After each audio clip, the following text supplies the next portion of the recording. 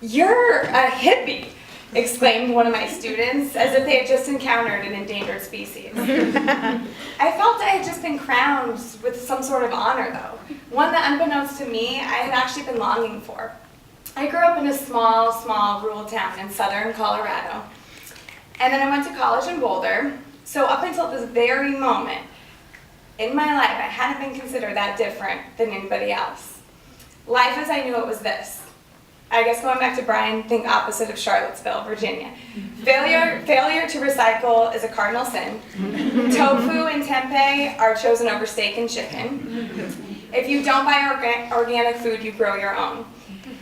It's moderately uncool to drive a car, but if you do, it better be a Prius. Forgetting your reusable bags to the grocery store yields monumental embarrassment. Religion and spirituality, they're untraditional and fleeting. A liberal arts education makes you want to take down every existing system and live in a commune or remote treehouse. Which is still my dream. You have to wait, you wait to everyone, and you leave your doors unlocked. Most people are white, some are Hispanic. Marriage is seen as a very outdated social construct, but one that should be open to anyone. Yoga is part of your daily schedule, along with criticizing Fox News and most things Republican. This is the life I came from. This is the world I had experienced. In the spring of 2010, I read Charlotte, North Carolina, on my acceptance and placement letter for Teach for America. I had never heard of Charlotte, which was not only a clear sign I was not a top recruit, but that I had some research to do. I didn't know anything about this city, except that it was considered as part of the South. But what did that even mean in the 21st century? I just hoped I'd come back home by Christmas with a really charming accent, y'all. Yeah. I still don't have it. So this is where we start. My dance with true diversity unfolds here. A Colorado girl on the brink of adulthood, awkwardly brushing up against rocks that would make me smoother and softer. I think diversity is about more than embracing the past that makes you different and unique, but also embracing the present and allowing it to continually shape your identity. We spend so much time focused on our roots that we forget to grow wings. Diversity, this is an evolving dance of complexity and true beauty. Being identified as a hippie, though, allowed me to be seen as something new and interesting to my students, coworkers, and the strangers I crossed paths with in this community. Whether it was my mid-class meditation,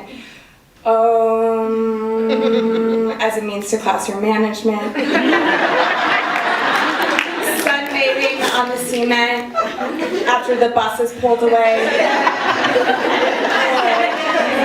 I became known to those around me as something different.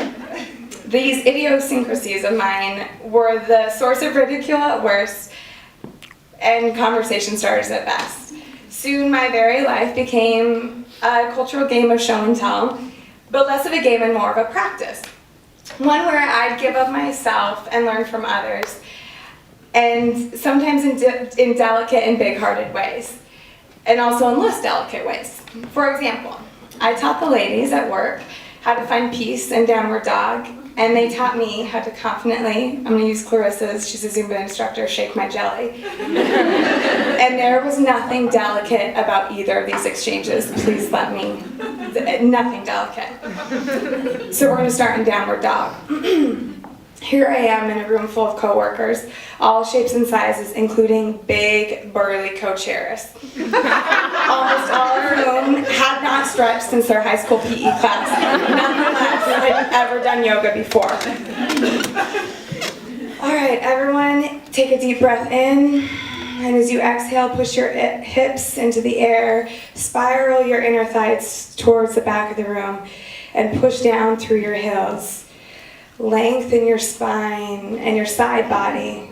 Without thinking, I pulled their hips and ran my hands down their back.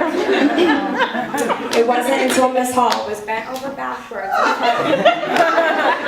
that I realized, oh my gosh, I'm touching Miss Hall's butt. Luckily, I did not seem to scare people off. In fact, more came the next week and the week after that.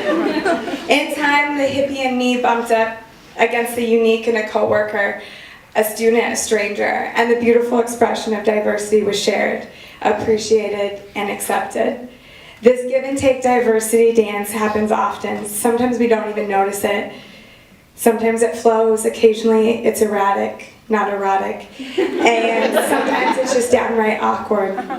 Of all the diversity dances I've done, some silly, others more impactful, the one I currently find myself twirling in is that of religiosity and love.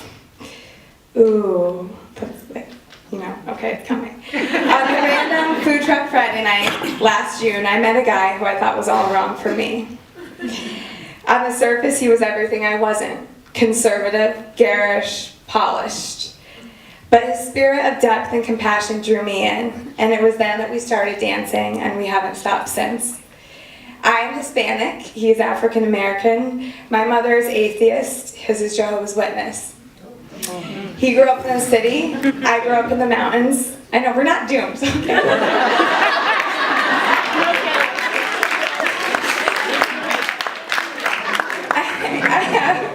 I have oh my gosh, I was worried about that, actually, that reaction. I have two younger brothers. He's an only child. I eat all things green. He eats all things fried. I'm a teacher. He started eating avocado. I'm a teacher. He works in banking. The list goes on. But our differences opened up our hearts to uncharted territory, full of possibility and excitement. In fact, I would say our give and take dance should probably be a reality TV show.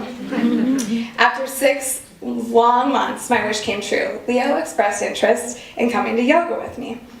When I take the hot yoga class at 2:30 on Sunday, there's a lot of planning involved. I hydrate from the moment I wake up, I eat a light breakfast, and then a snack around 1, so I feel just right for the hour and a half in 101 degrees. I, of course, wanted Leo to feel just as good, but he thought I was being a little extra. 30 minutes before his big debut, Leo walked in the house with Max Barbecue. He proceeded to smash ribs, brisket, mac and cheese, baked beans, and collard greens with his cousin, whom in the process he also convinced to come to yoga with us.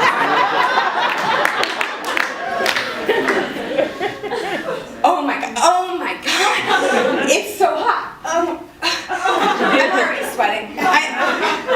I'm the only black person. I feel like I'm out in the damn cotton field right now.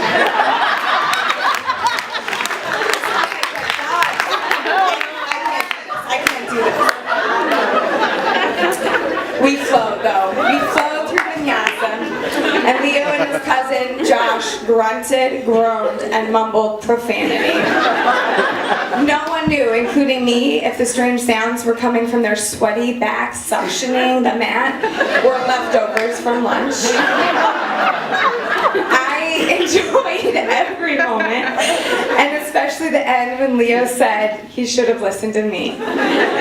He hasn't been back since, but I'm holding out hope. A few weeks after the yoga experience, it was time for me to meet some of his family and share Thanksgiving. That's when I had to Google chitlins. I was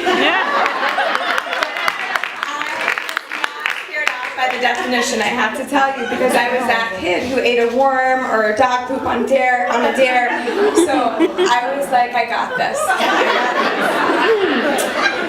Leo was in front of me, and his aunt was in back of me in the food line, which meant I had to take a big enough scoop of the chitlins to look like I knew what I was doing, but not too much so I didn't look like I was fronting anything.